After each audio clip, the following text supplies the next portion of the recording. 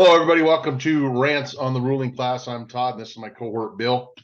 Uh, we are part of the primary of the ruling class political action committee, and this is just kind of where a couple everyday average American guys get on and rant on the ruling class and some of the insanities that is going on in our country. And I think today, when we were talking before the podcast, Bill enlightened me to something that I had not heard of it. It just came out right before we got on here, but it's awful scary. And I think when you look back and you go back to the basics on why we fought the revolution as a country and why we fought for our freedom, America was never about Marxism or fomenting division amongst its constituents. It was about uh, equality, not equity. Individual liberties, a smaller government to stay out of our life. They had one deal, and that was for basic processes and assuring that they took care of our borders, which they're failing to do nowadays. And in a country where every person can take stock of their God-given talents and embrace life, liberty, and their pursuit of happiness. It's a pretty simple concept. If the government is limited, the individual has room to thrive. And in today's environment, we are quite in stark contrast to that, why we fought the revolution in this country. And to me, it's awful scary. And I was talking to a gentleman earlier this week he's probably in his 80s, I think. And of course, it turned to politics like it always does. And he said, he goes, I never thought that I would ever see America going the way that it's going now. He goes, let alone in my lifetime. He said, I'm talking ever. He goes, I never thought we would see stuff going on in this country that's going on. He says, we're slightly better than a third world country at this point. And then he said, I don't know what you guys are going to do. And I was like, well, the truth of the matter is, at that age, you're probably like, you're not long for this world. But in the same thing, he said, what are you guys going to do? I don't know what you're going to do. Well, the reality of it is it's up to us. We've got to do something because it's going fast at a very fast rate. And no one person, Donald Trump, anybody else is not the answer. No one person is going to fix this. It's up to us. But we've got to get back to the simple basics of why America was founded. And that is for life, liberty, and the pursuit of happiness and individual liberty. And we got to hang on to that. And these two things that we're going to talk about today, Bill, I want to get into the first one that happened up in Montana. This one to me was really, really scary, but this is nothing short of absolute totalitarianism happening on our soil in middle America. And it was scary. Why don't you jump into it and tell us a little bit about it? Yeah, thanks, Todd. You know, it's one of those things where your buddy you were talking to, I commiserate because it's one of those things I never, ever thought I would hear about happening in this country. I mean, it's something you would think in another country, you take it for granted, but not here, not in the United States. But in Great Falls, Montana, there's a gun store called Highwood Creek Outfitters. And apparently it's a pretty large one online. They sell a lot of what they call fun guns, like the AR-15s and all the things that the left freaks out about, right? Not assault rifles. Yeah, right. So, but here's what happened. Recently, 20 armed men, 20 armed, now get this, IRS agents backed up by the ATF, 20 armed men met the owner basically as he was opening his store right at the beginning of the day, closed down his store for the entire day, went in there and went through everything he had, intimidated potential customers, told everybody, turned them away, said he's closed for the day. Tom Van Hoos is the owner, and he speculates that, well, yeah, I guess I stand for everything they hate, as far as gun sales and Second Amendment and all that kind of stuff. But he goes, we're an open book, we're transparent, we've got nothing to hide, we're not running guns, we're not a multi-million-dollar operation. He goes, we do pretty well with some online sales, but he goes, closing down one day, it hurt me, the revenue, because our margins, anyone knows the gun business knows the margins aren't big. We're just a gun shop. I'm a sole proprietorship. And anyway, to make a long story short, these federal agents went in, they searched everything he had And the IRS, you would think the IRS is trying to find money laundering or hidden funds or whatever it might be, right? Tax Todd, evasion. Yeah. yeah, tax evasion. Todd, they did not confiscate a single financial document. What were they after? They caught the only thing they took were every single one of his 4473 forms. Do you know what a 4473 is? When you go buy a gun, you fill out Yeah. a form giving all your personal information for a background check. And it's what it's the identification that, hey, Todd, we know you own an AR-15 and we know where you live. We know your social security number. We know your driver's license. We know all kinds of stuff about you. The only thing the government, now remember, this is the IRS. Why does the IRS want to know your gun ownership records? That falls under none your business as far as I'm concerned. Well, this is the only thing they took. The only thing they did. They went in and took the 4473s. This is in Now, Montana. it's in Montana, in Great Falls, Montana. So now this, and Montana is a pretty conservative state. So if the feds can come in and do that in Montana, they can do it any place, anytime, anywhere. I don't think can is the word. I think will Will, is good the point. word. Good point. But It this will is be. absolutely, I mean, I don't know if you say it's unconstitutional. If they had a predicate or something, maybe there could be more to the story we don't know about. But the thing that gets me about this story, what raised a red flag in the back of my mind is what they confiscated. Because why would the IRS lead a raid for gun ownership records? It doesn't make any sense, Todd. I mean, you're right, there is more to the story, but it ain't good. It's Shouldn't not on they the good have side of a things. warrant or something that they give to the owner that's telling him what they're requesting and why they're there? The article didn't cover that. It was a question I had too, but how hard is it for the feds these days to go find a compliant liberal judge and say sign this? Yeah. So, but the fact that they wanted the gun records, they want to know who the people are that purchased the gun. You know, for all I know, maybe they did this on purpose and they want people like us to talk about it so people will think twice about buying a gun. Could be. You never know. Yeah, you don't know what's going on. But anyway, that's the first thing that caught my attention. And it's one of But you those know what, things. Bill? I think before we go on to the next one, I think that their perception of what they think will happen out of doing stuff like this is much like their perception of attacking Donald Trump. What they think will happen is people will distance themselves from them. But what in fact happens is more people are getting behind Donald Trump. And I can about rest assured, if we started tracking gun sales in Montana, gun sales are going to go through the roof again. Well, my instinct tells me you're probably right. But the fact they believe they can do it and believe they can get by with it. I mean, Yeah. Todd, it's the arrogance. It is, we have to understand, and it's so hard for normal good people, I believe, to comprehend this. But the type of people running our country are so incredibly arrogant. They are the nastiest, meanest part of our population. These are Yes. the kids when I was in student government in college. These are the kids that always hung on the edges and showed up and just tried to, they're sniveling, snarling, nasty, always trying to disrupt the proceedings, always throwing out objections or trying to protest anything you're doing. I mean, who cares? Who I mean, protesting silly stuff just to exercise their power, right? Right. I mean, who cares in the campus activity center if you buy new chairs, they're falling apart, but they would protest it. I mean, anything to be activist, anything to disrupt things, anything to be nasty, anything to find a cause. That's who these people are. But we They're the have ones making the decisions for our country. exactly. And we have let them, we used to just ignore them because, oh, they're harmless, they'll go away. Well, we ignored them for decades and they've ended up in the centers of power in our country. And that's who these conniving, sniveling liberals are. And these are the people running, especially now. I want to make a point here. It's not just elected, we're talking about the administrative state. Yes. These people Bureaucracy. have found a home in the federal bureaucracy, Right. and like attracts like. So who do you think gets promoted?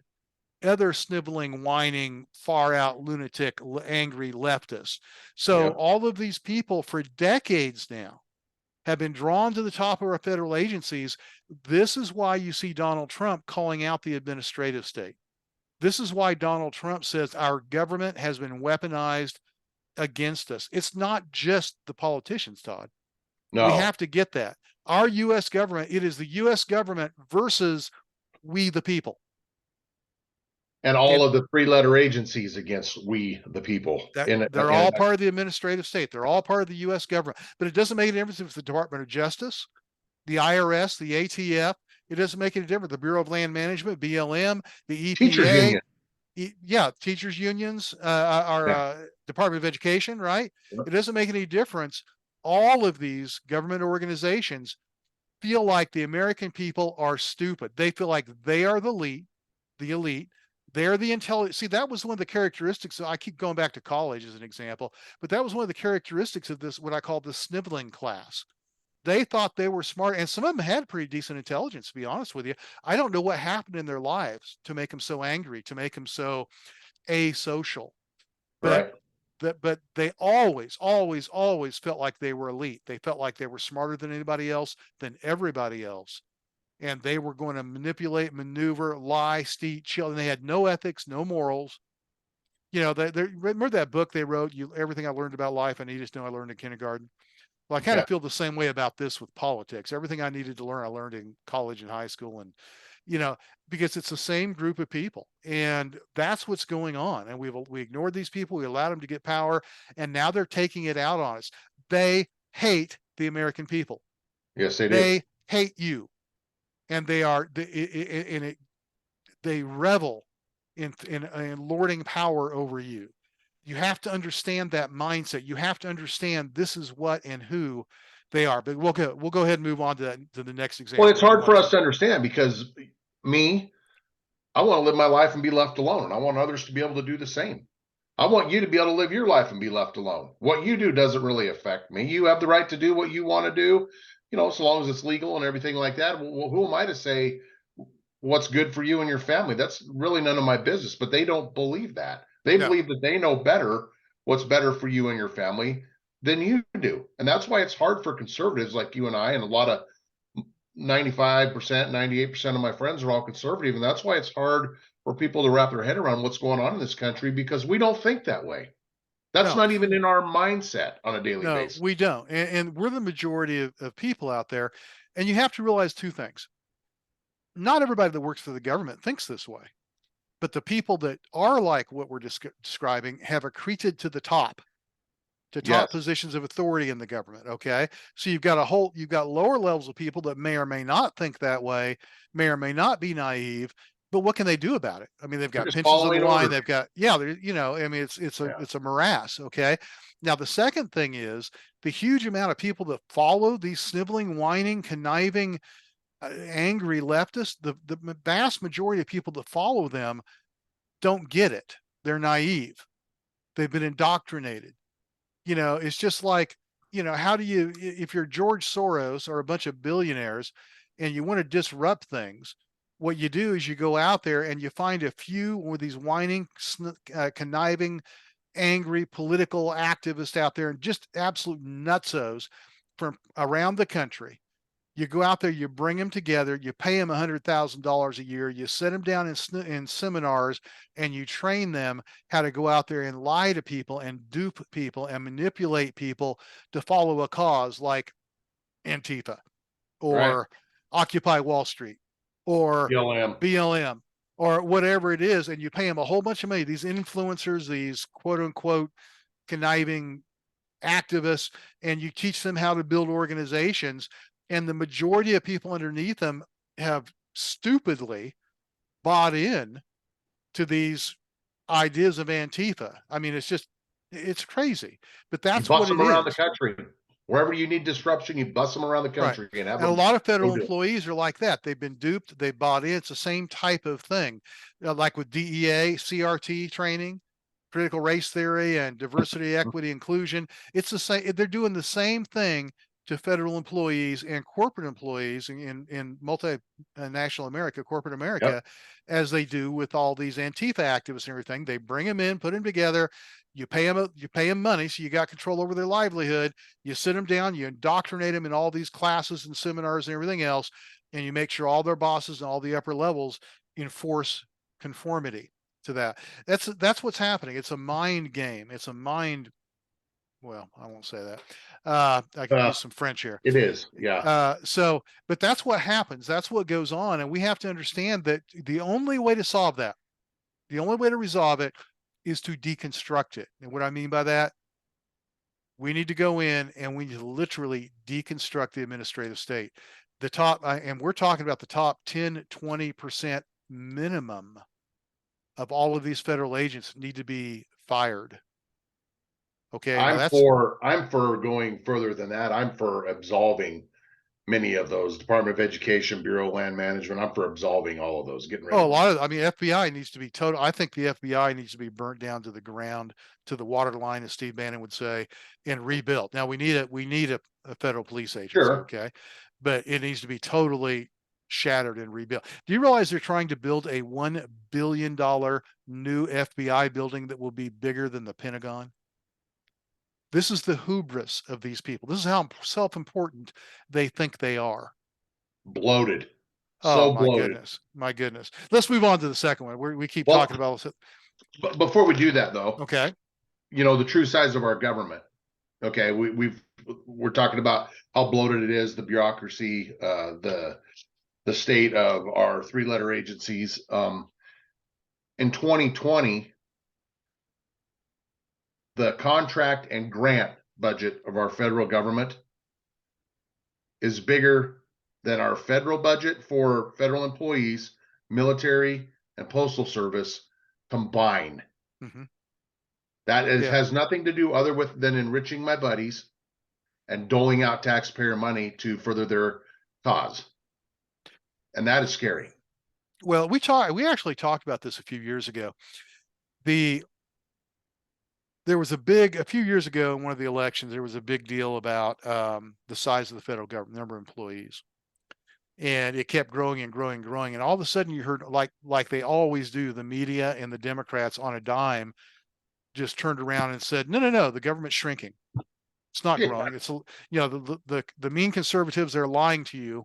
The government's actually shrinking. It's not growing. And they pull out all these stats and everything else to back up what they're saying. Well, here's what they were doing. They're taking huge swaths of employees and converting them to contractors. They're taking huge departments or responsibilities of the federal government that were normally conducted by federal employees, and they're doling them out in grants to private companies now. It's the same people, Todd, that just went to work for the private company that gets the grant or the NGO or whatever it is. And of With course, no all of these oversight, private companies and NGOs are owned by the crony buddies. zero oversight. That's right. Zero. And you're right. That's the key to it. Zero oversight and expanded budgets. If Yeah. you took all that in consideration, the federal government has mushroomed larger than it ever has in the history of our country. So they falsely play the numbers and start going down these dark paths with even less oversight. You're absolutely correct about that. Problem number two. Let's jump into that one, which is equally scary, I believe, and it's on a much smaller scale, but it also is another just absolute blatant abuse of power that could happen really to anyone, to be honest. Earlier this year in Marion, Ohio, now this is in Ohio, there was a lady, I'm not going to use her name here for reasons will become obvious, but she had just finished settling the estate, I believe, of her mother, paying all the taxes, getting the estate settled, everything else. Her mother had passed away. And she gets a knock on the door. And it is a man professing to be an IRS agent. And he shows identification and he tells her enough details. Now, understand, he says there's a problem with the estate settlement. Now, understand, she'd not received a letter. She'd received no communication. She just has this IRS agent show up at her door. But he knew enough about the estate things that probably most people wouldn't know, that she convinced, or he convinced her that he was with the IRS. So she let him in, and he proceeded to start threatening her, telling her she owed back taxes and that she had a week to pay up and get current. And she pulled out all her receipts going, no, look, I filed, I've done all this and everything else. Well, after a little bit, he admits, well, I'm not really here about the estate settlement. I'm here because you owe back taxes. And she's like, no, I don't. And he said, yes, you do. And you've got a week. And she asked him to leave. He refuses. He says, I'm an IRS agent. I've got the right to be in your home anytime I want to, and you can't do anything about it. So after a while here, he eventually leaves, threatening her, telling her that he's sending her paperwork that she has to fill out and return within a week, or they're going to come put a lien on her house. They're going to take her bank accounts away from her. I mean, just literally everything. So this woman, she kept her, you got to admire this woman a little bit. She kept her act together enough. She kept it together enough. She wrote down his license plate number, and then she contacted the local police department in Marion, Ohio, and told them what happened. And the police department said, no, you were scammed. This guy, the IRS does not operate that way. That's not the way it works. You were scammed. So they took the license plate number and figured out who owned the car. And they called up the guy, and the guy said, yeah, I'm an IRS agent and everything else. And the police didn't believe him because they knew the police did not believe the IRS agent who's saying, yeah, I'm an IRS agent. They say IRS doesn't operate that way. That's illegal. I mean, that's against the regulations. You can't do that. And so they warned him on the phone. They said, hey, this is Officer so-and-so, and I'm warning you, if you go back to that lady's house, I am going to arrest you. Well, here's the deal.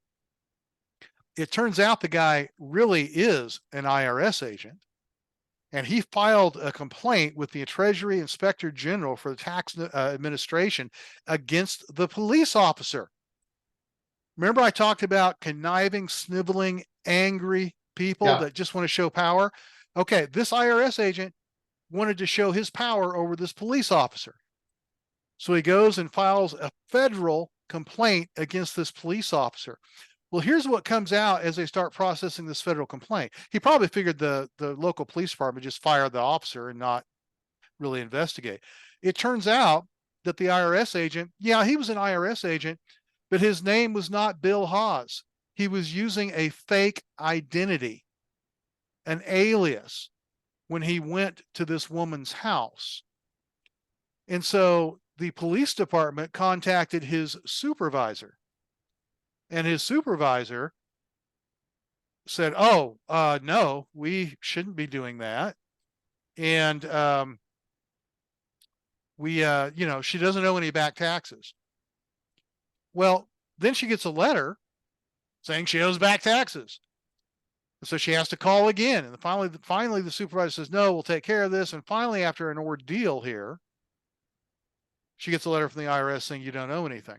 Now, that's the chronological, what happened chronologically, but I want to point out a few things here.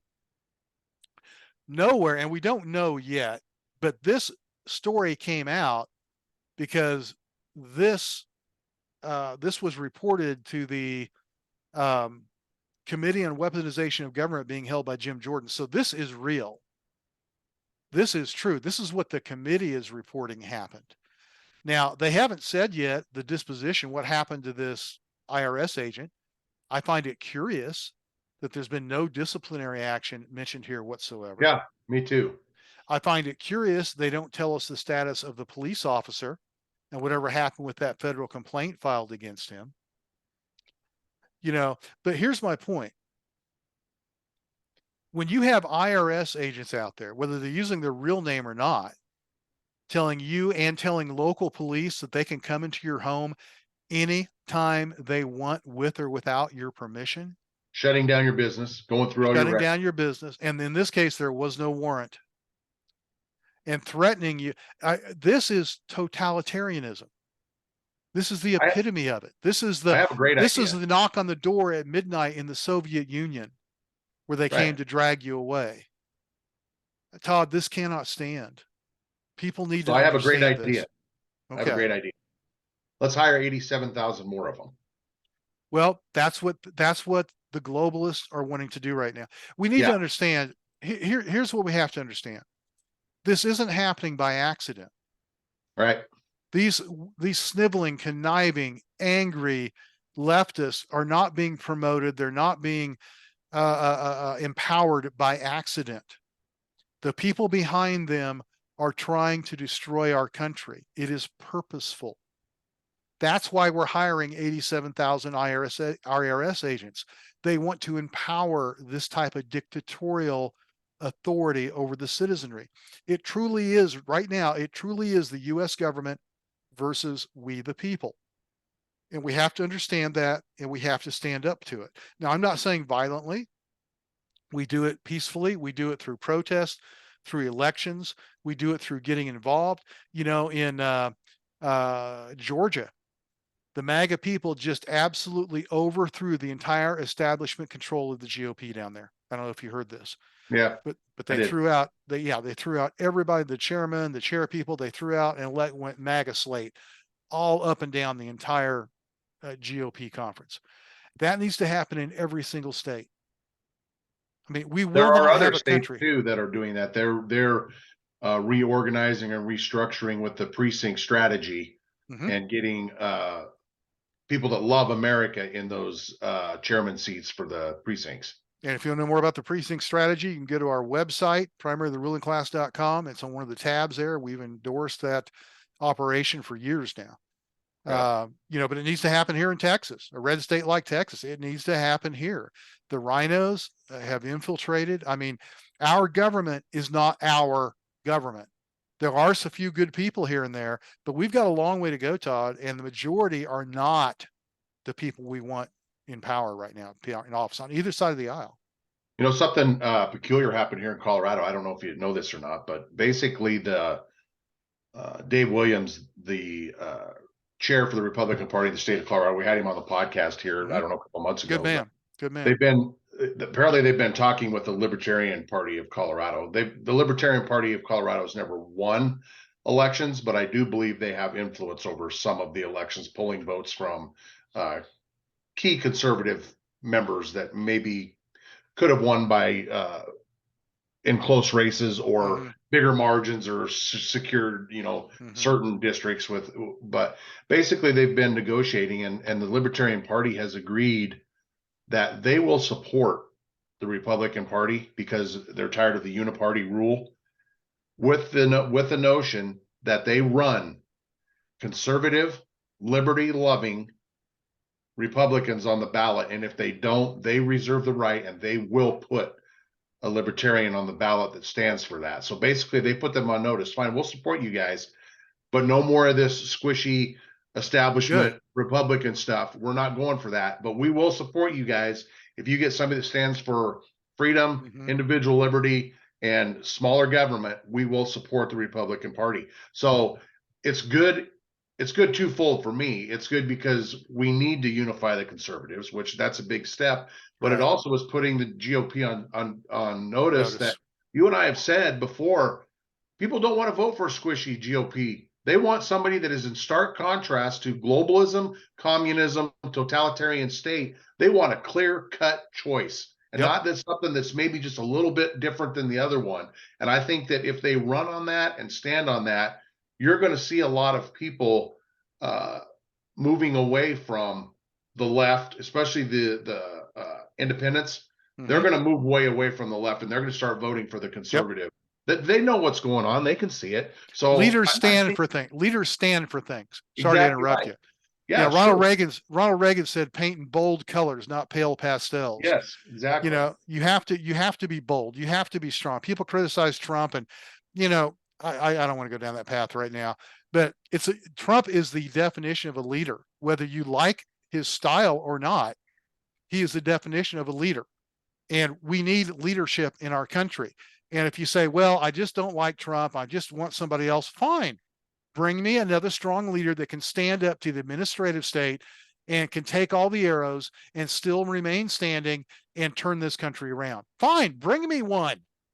And Okay. at this point for me, okay, fine. I'm really tired of people saying Well, we need somebody other than Trump. He's too abrasive, or he speaks off the cuff too much. You know what? If it's not blatantly clear now why they hate him, why they're trying to run him in the ground, why the media every chance they get they run him in the ground. It's the guy loves America and he wants what's best for this country. His personality aside, I could care less. And at this point, the choice is either you love this country and you're for this country, or you're not. And I'm tired of people. And another That's thing that right. has really come to my attention is just really how squishy and controlled Ron DeSantis is in this whole thing. And that guy, I'm telling you, the people in Florida, I've been following some Substacks and some blogs from some writers in Florida. They're pissed. They're mad at Ron DeSantis. They feel Well, his cheated. true colors And, are coming out. yeah, they are. And he's a controlled asset by the Yes. establishment. It's becoming more clear every single day. Well, And, you know, your we choice sounded the is, alarm. I'm sorry, Todd. We sounded the alarm when he put his campaign staff together. It's yeah, the Karl Rove people. It's all the yes, establishment people, all the establishment money, the same old, same Rhino, old. never Trump establishment money, Koch brothers stuff. We knew from that. We knew right then, and we sounded the alarm. We said, "Look, I love Ron DeSantis, but what is he doing? Look at all these people behind him. We better take a second look." And Birds of a feather. yep, it's become ever more clear. So anyway, you know, I'm still positive about our country. I still think we can go in the right direction. One of the great things happening is all these people are self-identifying, all these rhinos, all of these traitors to our country. And I'm tired of pussyfooting around with language. They're traitors to our country, Todd. Right, They they are. believe in globalism. They're more concerned with empowering quote unquote fair trade in other countries like China and their own pocketbooks and multinational corporations than they are the security of our own country, economic or otherwise. So I'm going to call it what it is. The people, if they don't put America first, they're trade. What's the opposite of putting America first? It's putting it below another country. Yeah, that's Okay. not right. So that's by definition. Right. Anyway. You know, it's kind of like I think of politics. Now you've seen that game Whack-A-Mole, right? Where they pop their head up and then you smack them on the head and they go Sure. back down in the hole. That's kind of what's going on in the Republican Party right now. They're sticking their head up, identifying as a rhino, and it's becoming very clear who's the rhinos, who's the trans Republicans. I think I saw a meme this week is what I they're like calling that. them now. Yeah. So, Yeah. but yeah, they're identifying themselves at a rapid pace, and you cannot be on one side of the line and try and argue for the other. And people know that now. It's very clear. So Yep. I do like that. But we've said that I've said that for a very long time, and that's one of Trump's strong suit is uh his ability to let people expose themselves for what they really are. Mm-hmm. And Yep. It needs to happen. it's It needs to happening. happen. So well, that's kind of what we wanted to cover, I think, in it, Bill. We got through what we wanted to. You know, they hate us. They hate America. Those people, they want nothing more than the demise of our country. And I guess, like I said in the opening, what are we Guess gonna what, Todd? They can't have it. do? Right? They can't have it. And what are we going to do about it? So, Mm-hmm. and remember, it's always a great day to be an American, and communism still sucks. See you guys on the next one. Thanks.